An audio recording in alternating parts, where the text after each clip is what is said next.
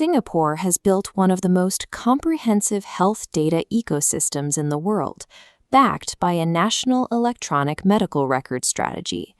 Yet, pushing autonomous clinical AI from the data center to the actual hospital bedside repeatedly hits a dead stop. An analysis by the technology consultancy Temis identifies exactly where this deployment stalls. The barriers are twofold: a regulatory bottleneck at the Health Sciences Authority and deep, persistent distrust among frontline clinical staff who refuse to surrender physical patient care to an algorithm.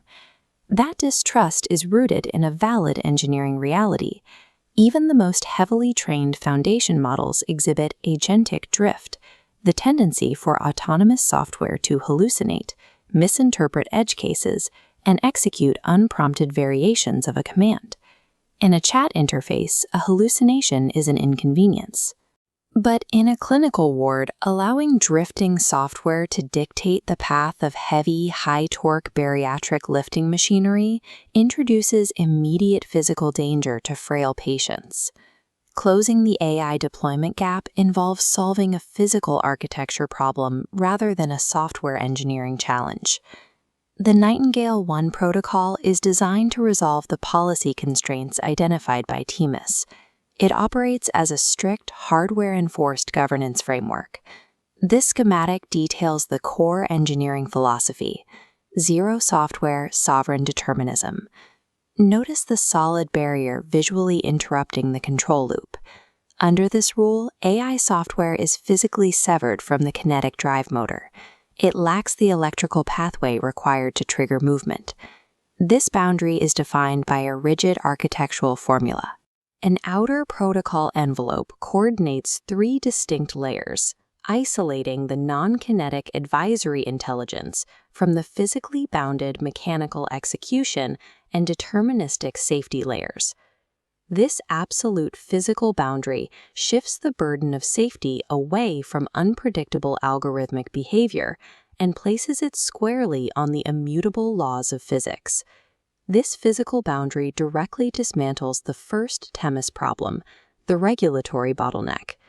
Typically, when developers bundle a proprietary AI model with physical medical machinery, regulators must evaluate the entire package as a single high-risk unit.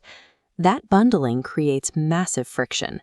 Every time a software engineer pushes a minor update to the AI model, the entire multi-ton physical machine is forced into grueling, high-risk recertification. This infographic shows how Nightingale bifurcates the system.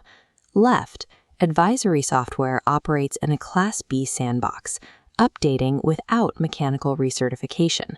Right, the heavy kinetic machinery remains governed by unchanging hardware constraints, anchoring it in Class C and D high-risk medical device categories.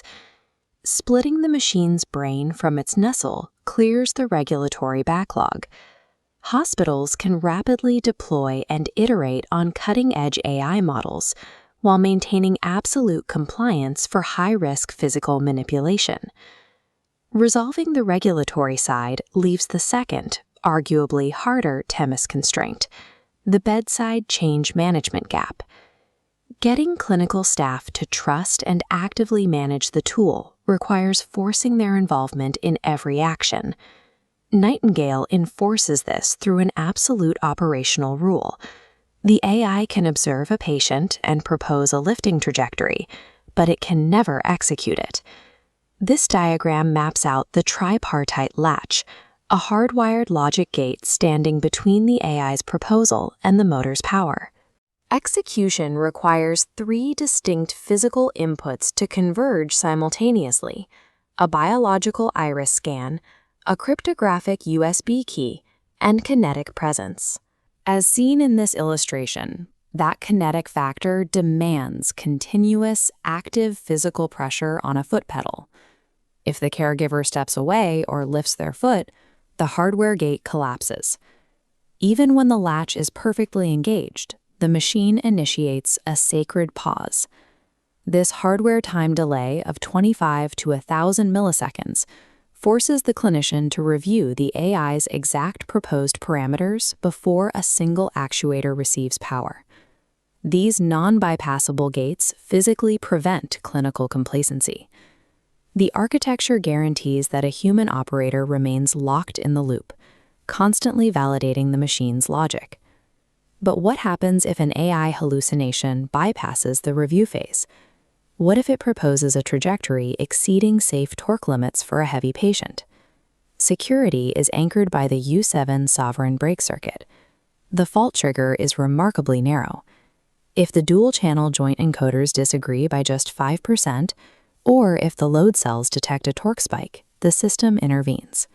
This microsecond timing sequence charts the exact response. Within 1/10 of a millisecond, a hardware comparator detects the anomaly and asserts a fault signal, bypassing software. By the 1 millisecond mark, electrical severance is complete, dropping high-power actuator voltage to absolute zero.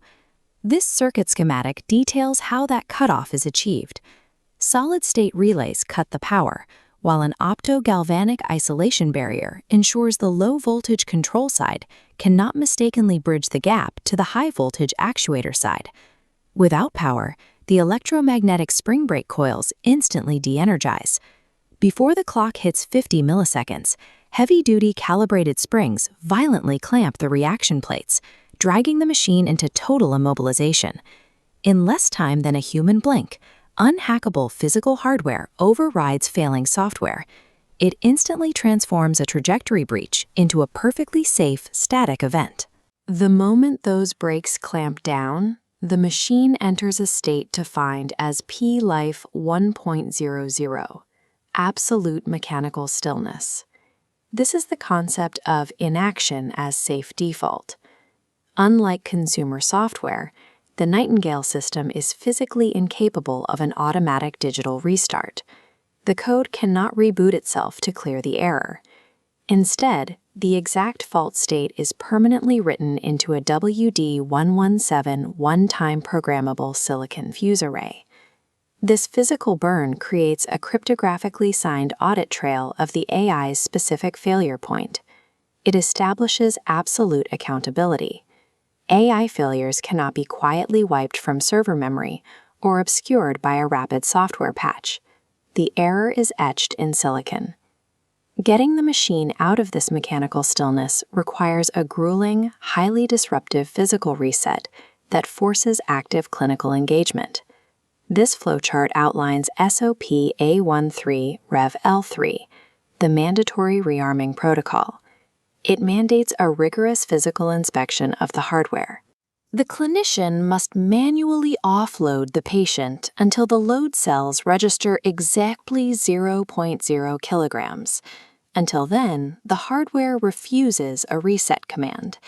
This arduous process directly answers the mandate for bedside change management.